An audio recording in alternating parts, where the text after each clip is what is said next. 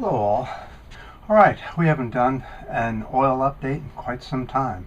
Lately we know that in the last a couple of years, oil has been all over the place.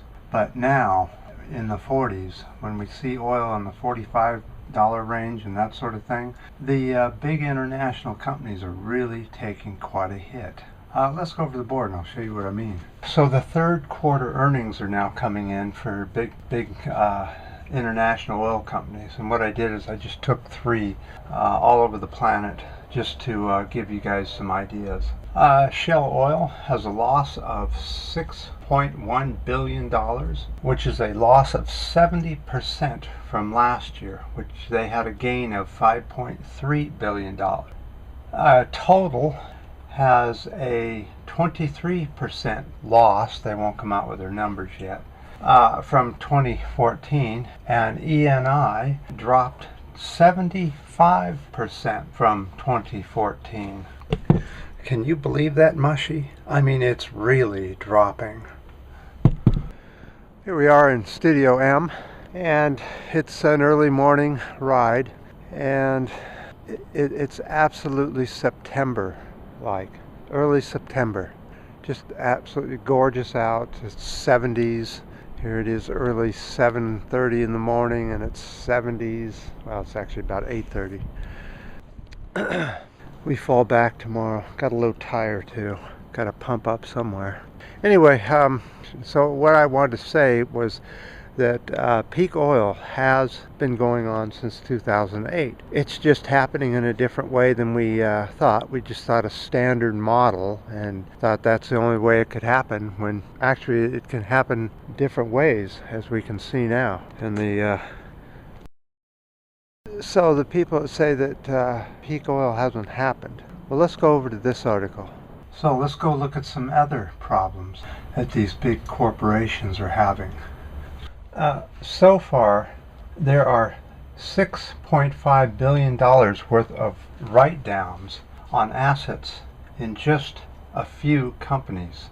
But there's a lot more that hasn't come out yet. Barclays' assessment predicted half of what was written down in 2014.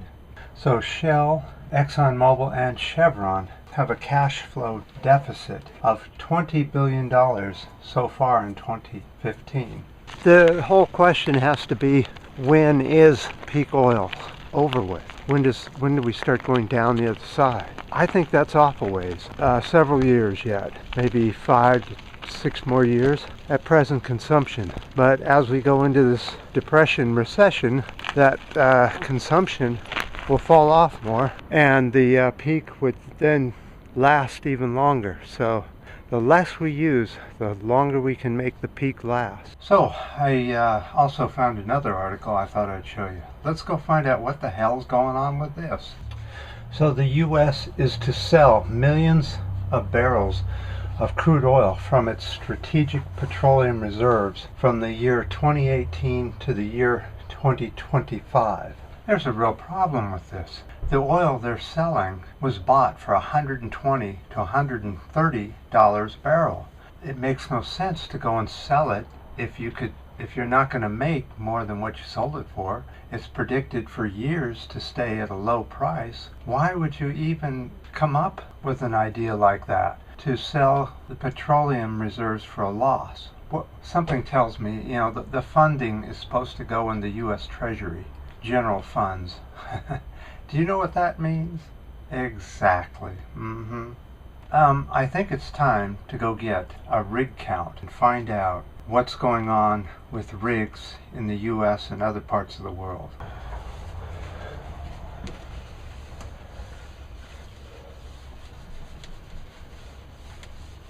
Okay, let's do the U.S. first.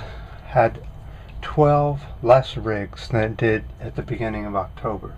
But from a year ago, they had 1,154 rigs closed down. In Canada, they were up 1 rig in October, but from 1 year ago, they were down 238.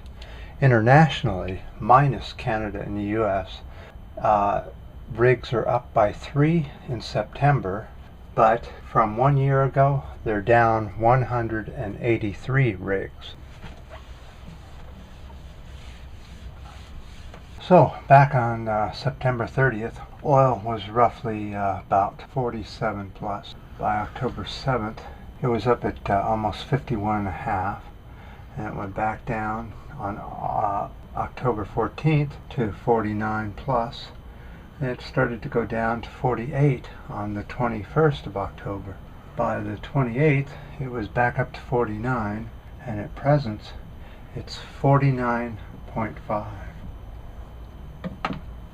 So we'll keep watching what's happening with the oil, and this week it looks pretty bad for the war, for what's happening with the wars, World War III, and how that's going to affect oil prices is going to be very interesting indeed. We don't know what the future holds. Thought I'd update us on the oil. So I appreciate the last video. There was quite a discussion on sex workers. My personal thought is that maybe, I don't think you could legally unionize sex workers, but I do think you could probably get some kind of cooperative going. And through a cooperative, you could get it legalized and regulated and all. That's just my 2 cents. So I appreciate all the comments and the ups and the downs, and supposedly we have 200 subscribers now. Just made it to 200. It goes up and down from day to day. YouTube isn't that accurate. And in the future, we're going to talk about YouTube Red. What the hell is YouTube Red? Till next time.